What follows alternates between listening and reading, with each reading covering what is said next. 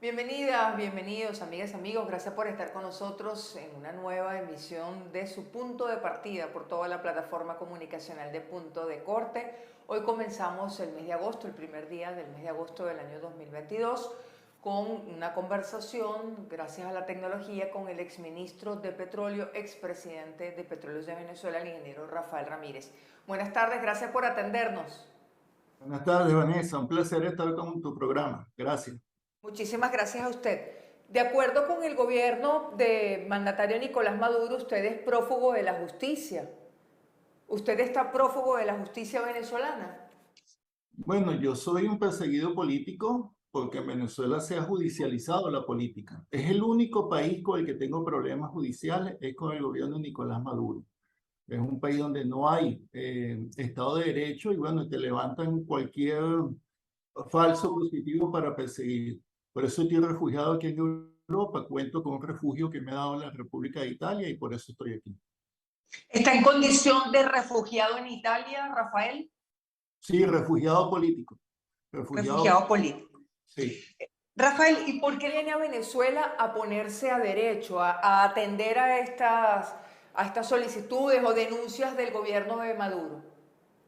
Eso porque en Venezuela no hay justicia, no hay Estado de Derecho, lo que hay es una vendetta. Pregúntale a Rodríguez Torres, ¿no? ¿Cómo le fue?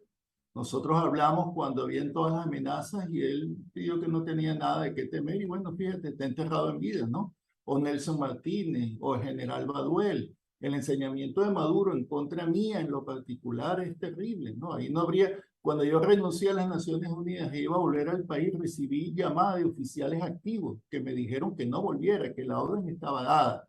A mí me van a agarrar y me van a enterrar en vida y tal vez matarme en la casa como han hecho con otros. No hay justicia en Venezuela. ¿A quién te le vas a presentar? ¿A Tarek William Saab? ¿A quién te le vas a presentar? ¿A todas estas personas que están señaladas de las peores violaciones de los derechos humanos en el país? No. ¿Para qué? Yo no me voy a poner en manos de Maduro para que cebe su odio contra el chavismo en mí. No lo voy a hacer. Ahora, a usted lo están acusando de presuntos hechos de corrupción aquí, no por razones políticas, sino por presuntos hechos de corrupción. Realizar la política, Vanessa, tú deberías saberlo. Eso es lo que ha pasado en Argentina, eso es lo que ha pasado en Ecuador con Correa. No tienen nada en contra de mí. Si ellos tuvieran una prueba en mi contra, hubieran hecho una cadena nacional y un espectáculo. No tienen nada. Es decir, Tarek William Saab y Nicolás Maduro se paran, te dicen que eres lo que sea, bueno, y nadie se puede defender. Yo no he podido ni siquiera nombrar un apoderado, un abogado apoderado para que vea de qué se trata. No, no, no hay justicia, no hay nada. Te acusan de corrupto, te acusan de terrorista, te acusan de lo que le da la gana. El punto es que se ha utilizado la justicia para perseguir a los dirigentes políticos, sea de la oposición y sea del chavismo, pero contra los que estuvimos al lado de Chávez, en mi caso durante 12 años, se han ensañado de una manera que no tiene antecedente en el país. Yo no he visto un presidente de otro país referirse a mí de la manera que lo y perseguirme como lo ha hecho. ¿Usted no tiene una cuenta que rendirle a Venezuela, Rafael, de su gestión, de dinero, de recursos? No, hechos irregulares no. Lo que yo sí creo que tenemos que rendirle todo lo que estuvimos con Chávez es cuenta al país de lo que hicimos y bueno, y luchar para cambiar las cosas que Maduro ha destruido, ¿no?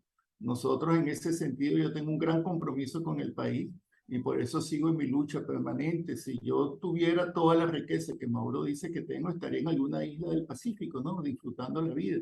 No, no, estoy luchando todos los días pensando en cómo salir de esta tragedia en la que estamos con el madurismo. Y bueno, y eso es lo que le debo yo al pueblo venezolano, ¿no?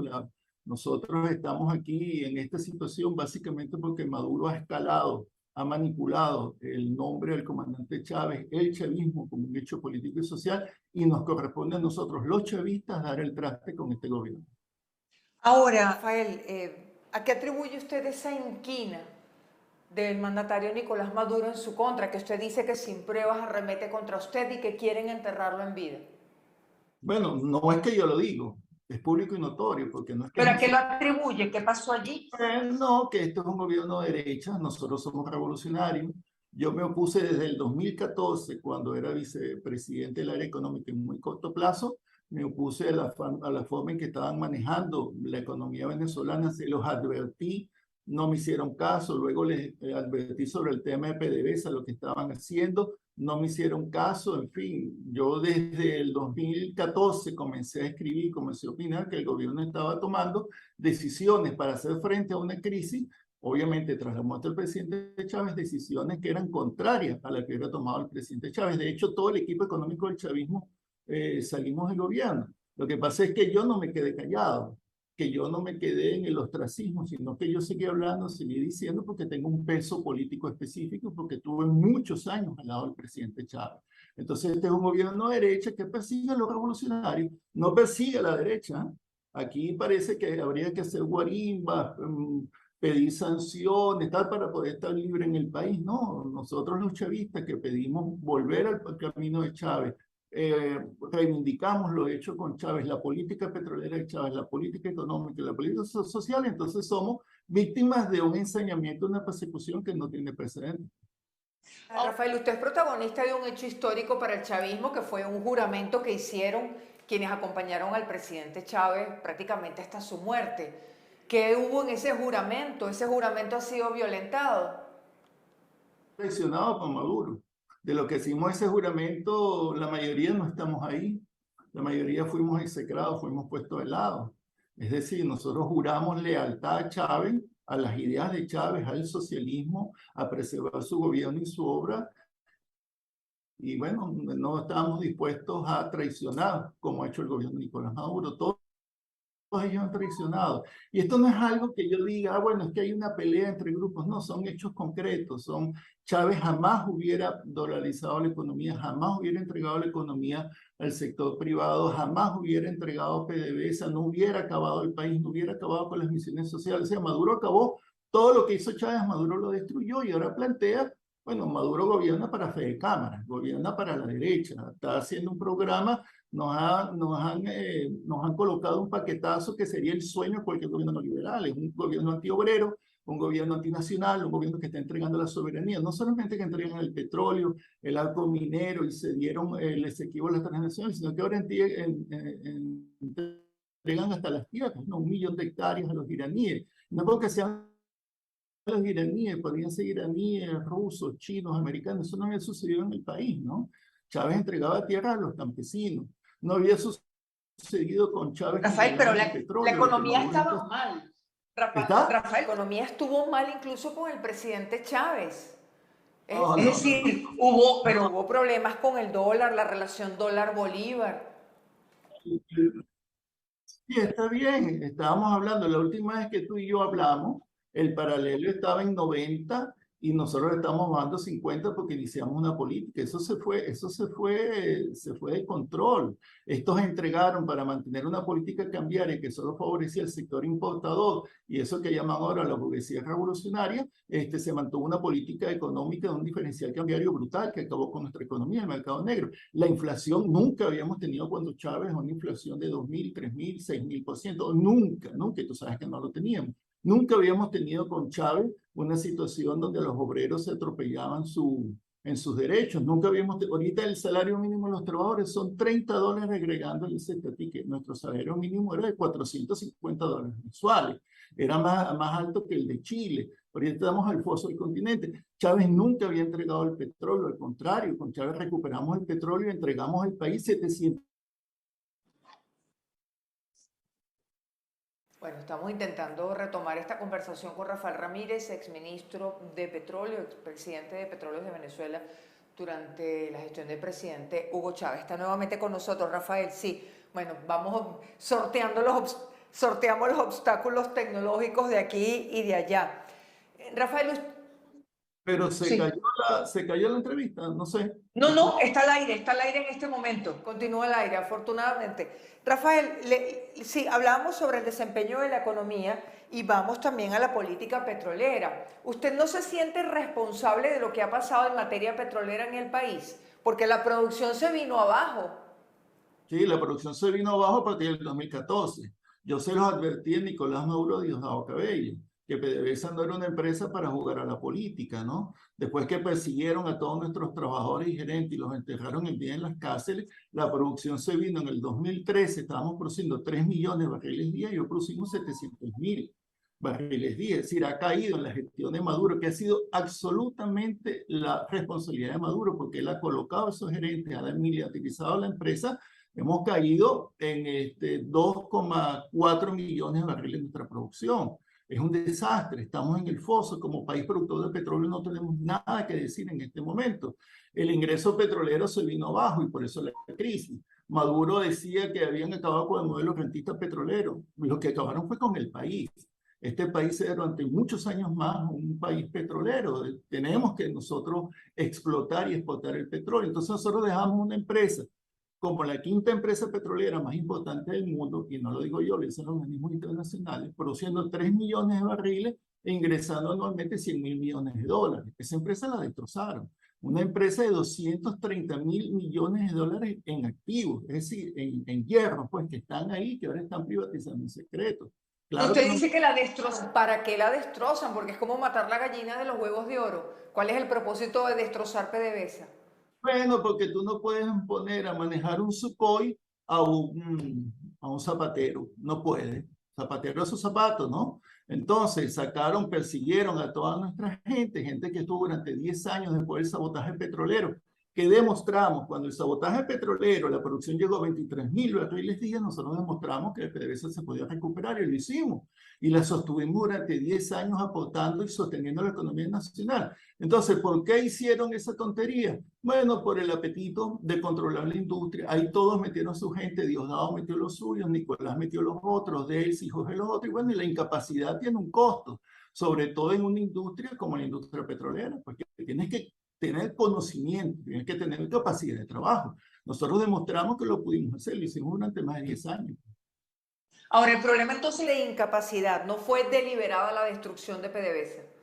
No, lo que pasa es que en el 2018, cuando Maduro anuncia su paquetazo, que es un paquetazo neoliberal, todavía seguimos pagando los venezolanos y los trabajadores, entonces ellos hicieron un conjunto de decretos, que era Quevedo, el presidente de la empresa, sobre todo el decreto 3068, donde ellos dijeron que aplicaran todas las formas del negocio internacional de los hidrocarburos para gestionar PDVSA. Ahí vinieron los contratos de servicio petrolero, una mala copia de los convenios operativos de la apertura petrolera, y de ahí para adelante PDVSA no ha levantado cabeza, pues.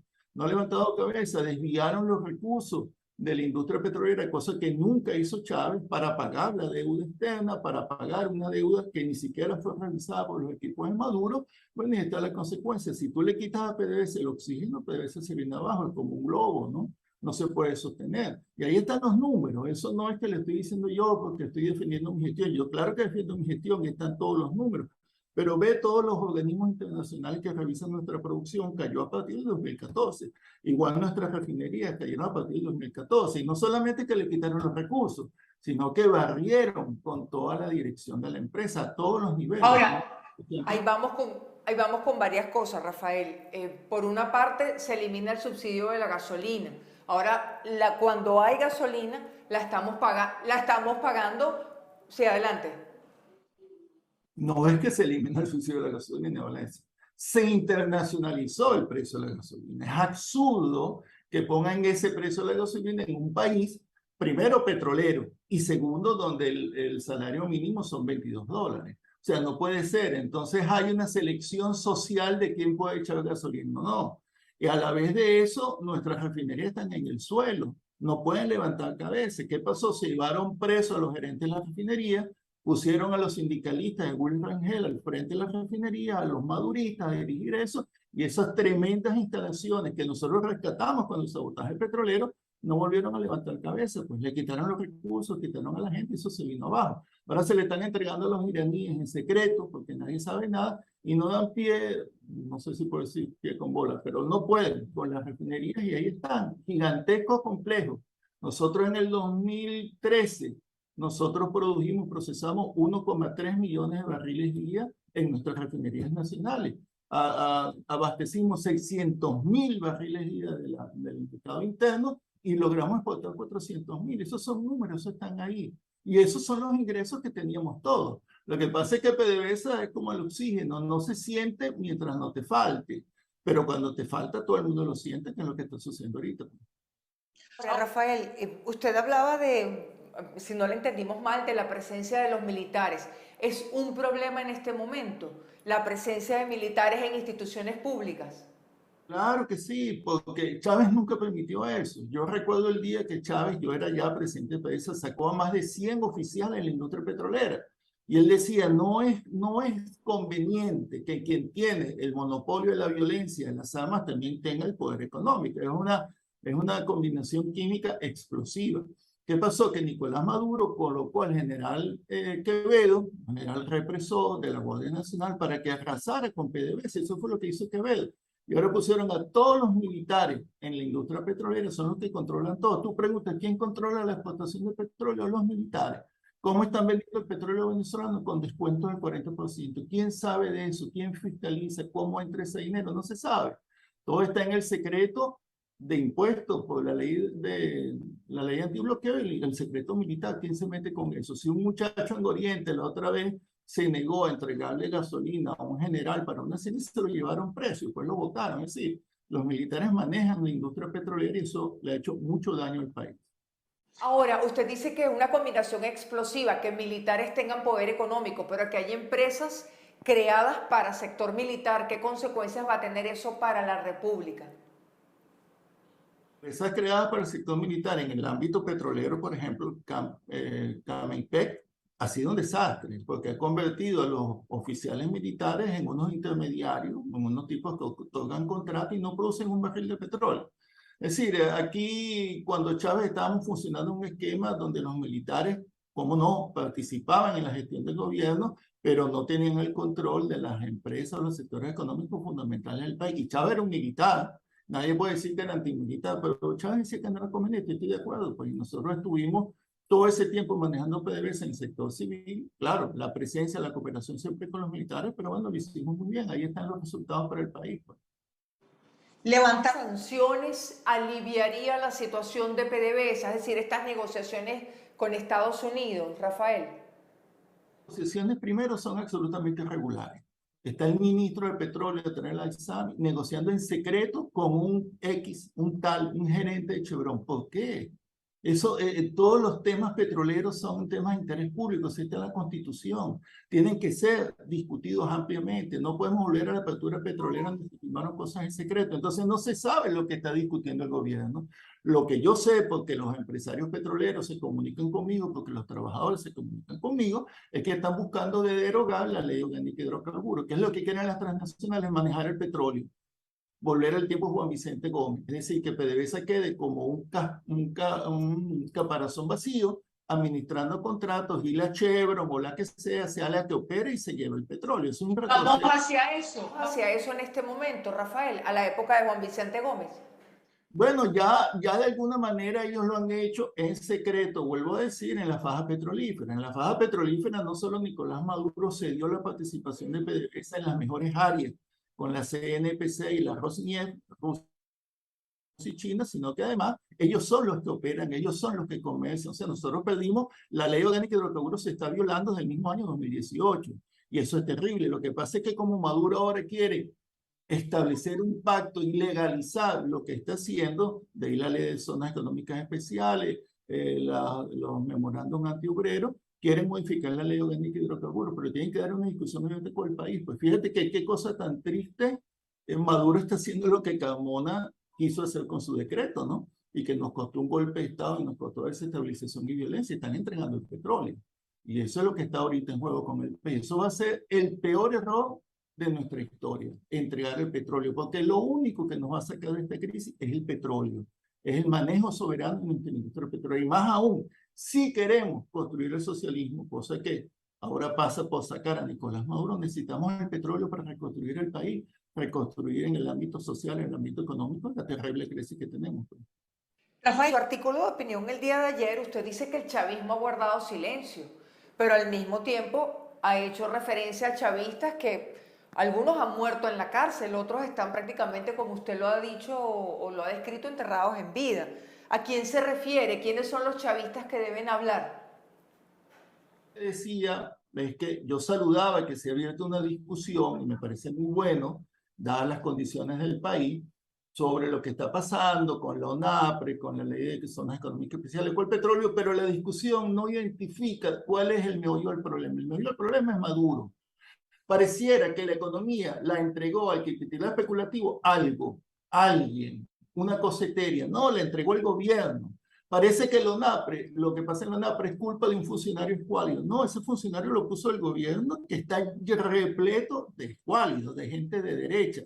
Pareciera que lo que está pasando con PDVSA fue culpa de una cosa, un misil, como dice Tarek El Aissami. No, fue culpa de ellos, es culpa de ellos. Tienen 9 años al frente de la industria petrolera, entregando nuestra industria petrolera, entregando nuestro petróleo, entregando nuestro gas. Venezuela es ahorita como un país en rebatiña. Todo lo entrega Maduro, tierras, petróleo, el Esequibo. Nadie ha hablado del Esequibo aquí.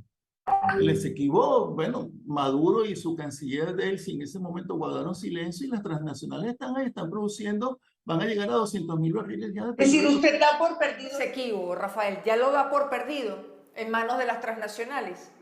Las transnacionales están haciendo un ejercicio de la soberanía en un territorio que está en discusión con nosotros, pero y no solamente es el petróleo, porque cualquiera podría decir, bueno, deje ese petróleo, pero miren, no, es que nos están bloqueando la salida del Atlántico. Yo no entiendo los militares, ¿dónde están los militares y su planteamiento estratégico? Ahí estamos bloqueados la salida del Atlántico. Cuando nosotros unificamos los yacimientos de gas con Trinidad, era justamente reafirmando nuestra soberanía sobre el delta y la salida del Atlántico. Eso se perdió. Bueno, están ahí, pues. Anda ahorita a sacar a la ExxonMobil de ahí, pues dile a Maduro que vaya. No, no, no, o sea, tú no puedes dejar que las cosas se configuren con una situación de hecho, pues. Eso es responsabilidad de este gobierno. Eso es ¿Quiénes son? Rafael, ¿y quiénes son los chavistas que tienen que hablar? Volvemos con la pregunta. Es decir, ¿quién no se ha manifestado? Que tienen la responsabilidad histórica de salir en defensa de Chávez. Primero salir en defensa de Chávez. Oye, la gente tiene que decir, como lo he dicho yo, esto no es chavismo, esto no es lo que quería Chávez, esto no es el plan de la patria. Chávez no hubiera hecho... bueno, entonces me crucifican a mí justamente para que los otros cojan ejemplo. Quien hable mal de Maduro, porque dice el PSUV que aquí se hace lo que diga Maduro, le va a pasar lo que le pasó a Ramírez, le va a pasar lo que le pasa a Rodríguez Torres. Pero hay muchos dirigentes históricos, militares, que saben que todo está mal y no dicen nada. Periodistas que se han callado, dirigentes sociales que se han callado. ¿Hay mucho miedo? Sí, claro. ¿Hay terrorismo? Sí, claro. ¿Hay represión? Sí, claro. Bueno, pero digan algo. El MIL, por ejemplo, en los años 60, en medio de la violencia terrorista, no estuvo de acuerdo con lo que se Betancourt y se dividió de Acción Democrática. Y cada quien asumió su responsabilidad histórica. Entonces, lo que digo es que la gente no puede pasar agachada, ¿no? Y no puede hacer una crítica tibia. Bueno, sí, esto está malo, pero caramba, ojalá alguien le explique a Nicolás Maduro lo que está pasando. Nicolás Maduro es el que da la orden. Delcy Rodríguez es el que da la orden. Son ellos los que están gobernando. Jorge Rodríguez en la Asamblea hace lo que le da la gana. Entre otras cosas, maltratar al único diputado del Partido Comunista, que es una vergüenza ese maltrato que se le hace. Sí, es un gobierno fascista, entonces tú vienes con actitudes fascistas, tú dices algo y te cae encima estos generadores de odio en sus programas, inmediatamente viene el SEBIN. Pero la familia del presidente Chávez no ha dicho nada sobre esto, Rafael. Esto que usted describe, por ejemplo. Por ello. Yo les tengo mucho respeto y mucho afecto y un amor infinito, pero no puedo hablar por ellos, ni por Adán, ni por ninguno de ellos. Yo digo mi posición. Y claro. Yo mi riesgo y la he asumido y me ha costado bastante, ¿sabes? La gente dice, bueno, él está ya tranquilo. No, no es fácil estar exiliado. Yo he perdido hasta mis familiares, hasta mi madre la perdí, no puede ni siquiera irla a despedir.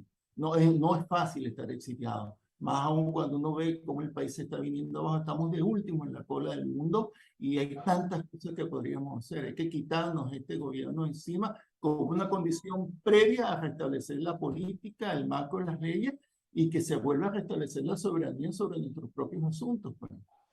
Rafael, le preguntamos también, ¿usted no tiene ningún tipo de comunicación con el mandatario Nicolás Maduro? ¿Con el diputado Diosdado Cabello? Nada, cero contacto. Estuve con el diputado, con el jefe de fracción parlamentaria ahora, Diosdado. Bueno, que Diosdado traicionó a los compañeros del PSUV. Me traicionó a mí, traicionó a Rodríguez Torres. Nos dejó ahí, pues, que el madurismo hiciera lo que diera la gana con nosotros. Él siempre me dijo que él no lo permitiría, que aguantáramos. Bueno, ves lo que pasó. Se suponía que teníamos, y sobre todo el PSUV, tenía que ser un garante de la revolución bolivariana, de los postulados socialistas, y lo que se ha convertido en un partido, más bien parte del control social sobre nuestro pueblo. Es muy triste, pero el pueblo pasa factura, ¿sabes? Esto es lo grave, que la única manera de que el chavismo se recupere es saliendo Nicolás Maduro, si no el pueblo, como sucedió en Barinas, va a dejar a Chávez y a nuestra revolución bolivariana como un lejano recuerdo, algo bonito, pero lejos, pues, ¿no? Y eso, la política es así, pues, entonces los líderes fundamentales, los que estuvieron con Chávez, oye, a los que Chávez les dio tanta confianza, por lo menos deberían un poquito así de lealtad, un poquito así de entereza y decir lo que está pasando, no hacerse parte de esta compasa. Yo no entiendo cuál es el tema de la gente con los cargos del Estado, pues. No, tú no puedes trabajar con un gobierno que está en contra de tus ideales, de tu pensamiento, de tu accionar. Pues eso es lo que yo he hecho. Rafael, le pregunto dos cosas, nos quedan 4 minutos aproximadamente de conversación. Le preguntamos primero por el escenario de negociación en México, si usted cree que esto puede ayudar a aliviar la situación del país. Y sobre las elecciones presidenciales del año 2024, ¿quién ve como candidato alternativo a los candidatos de la oposición o el propio mandatario Nicolás Maduro? Mira, yo creo que lo de México ha sido un escenario donde Nicolás Maduro se ha burlado de la oposición y de todo el país, ¿no? La última payasada de pedir que el criminal el delincuente Alec Saab, él sí tiene cargos en todo el mundo, sea parte de la delegación, si no, no discuten más, es una patada a la mesa, ¿no? Allá la oposición que se presta para este tipo de cosas, ¿no? Si la oposición, primero que ahí no está todo lo que deberíamos estar, debería estar el chavismo también discutiendo, si no eso se convierte en un acuerdo a trastienda, que es lo que ha pasado, hay una convivencia entre la oposición y el madurismo que le ha hecho mucho daño a las posibilidades de cambiar el país. Respecto a las elecciones, por supuesto que yo soy un convencido de que hay que ir a las elecciones, porque Maduro no gana una elección ni del condominio. Maduro no gana una elección, nada, donde haya condiciones mínimas. Y no hay que esperar a que todo el CNE sea equilibrado, no, hay que ser como Chávez, porque se fue a las elecciones con una importante diferencia de votos,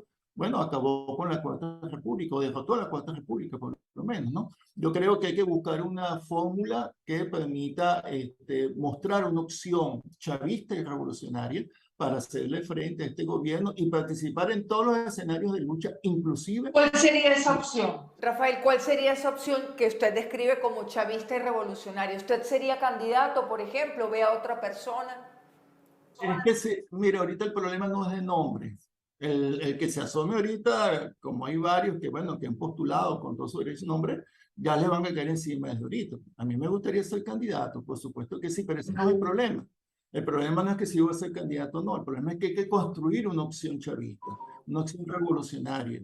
Bueno, porque los dos extremos de la política apenas tienen el 20% de la aceptación nacional. El 80% de los venezolanos está cansado de lo que ha pasado en el país en estos últimos 9 años. Está harto de la política. Bueno, la gente escapa del país. 6 millones de venezolanos han salido del país, pues, ¿no? Entonces nunca habíamos tenido una falta de legitimidad y credibilidad en las instituciones públicas como tenemos ahorita, ni siquiera en la Cuarta República, hay que decirlo, ¿no? Ahorita la política está por el piso, nadie quiere hacer ejercicio de la política y eso es una primera cosa que hay que recuperar. Los trabajadores tienen que protestar, la gente que pueda hacer críticas tiene que hacerla, los barrios tienen que movilizarse y entonces después buscar las vías que estén abiertas para lograr un cambio político en el país, ¿no? ¿Quién sería el candidato? No le pondría nombre en este momento. No, en este momento no, lo que hay que ponerle nombre a una opción chavista, bolivariana. Esa es la que hay que construir, hay que poner a Chávez en la calle. Creo que es lo más importante ahorita. Hay que poner a Chávez a la calle, a pelear con los trabajadores, a pelear por el plan de la patria, a pelear por un país posible. Nosotros demostramos que podemos tener un país distinto, pues. El 2012 fue un proceso extraordinariamente democrático porque, bueno, el país pudo debatir lo que estaba sucediendo y votaron mayoritariamente por Chávez, pues. Eso es lo que yo reivindico. Todo eso se truncó con Maduro, se truncó, se traicionó. Nosotros tenemos que restablecer ese hilo con el ejercicio de la política y el pueblo venezolano. ¿Cuándo irá Rafael Ramírez a Venezuela? Pronto haya un resquicio pequeñito, una posibilidad de que se garantice mi seguridad, yo volveré al país. Volveré al país porque no hay cosa que deseo más que hablar con los trabajadores petroleros, que ir a nuestros campos, ir a nuestras ciudades, a volver a construir a Chávez, volver a levantar el país, movilizar el país como hicimos en las 7 avenidas aquel 4 de octubre del 2012. Eso es lo que más quiero. Rafael, muchísimas gracias por esta. Y siempre bienvenido. Gracias. Vanessa, un fuerte abrazo. Gracias. Igualmente para usted. Gracias. Despedimos esta conversación con el ingeniero Rafael Ramírez, expresidente de Petróleos de Venezuela, exministro de Petróleo, también una persona muy cercana al presidente Hugo Chávez durante muchos años y uno de los grandes ejecutores de esa política petrolera. Vamos a hacer una pausa, enseguida regresamos.